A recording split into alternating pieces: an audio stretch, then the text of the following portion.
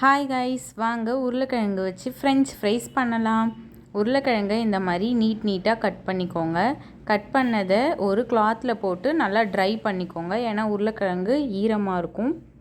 And இந்த மாதிரி நல்லா ப்ரெஸ் பண்ணி விட்டிங்கன்னா அந்த தண்ணியெல்லாம் அப்சர்வ் ஆகிடும். நெக்ஸ்ட்டு ஒரு பாத்திரத்தில் அந்த உருளைக்கிழங்கை மாற்றிடுங்க. மாற்றினதுக்கப்புறம் உப்பு தேவைக்கேற்ப ஆட் பண்ணிக்கோங்க. நெக்ஸ்ட்டு தனி மிளகாய் தூள் ஆட் பண்ணிக்கோங்க.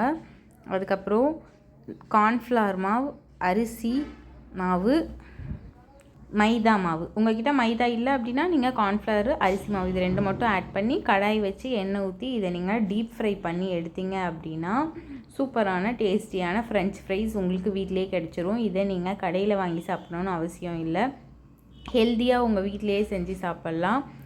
இது செய்கிறதுக்கு ஒரு 10 minutes தான் ஆகும். Hope you guys like this video and thanks for வாட்சிங் அண்ட் சப்ஸ்கிரைப்.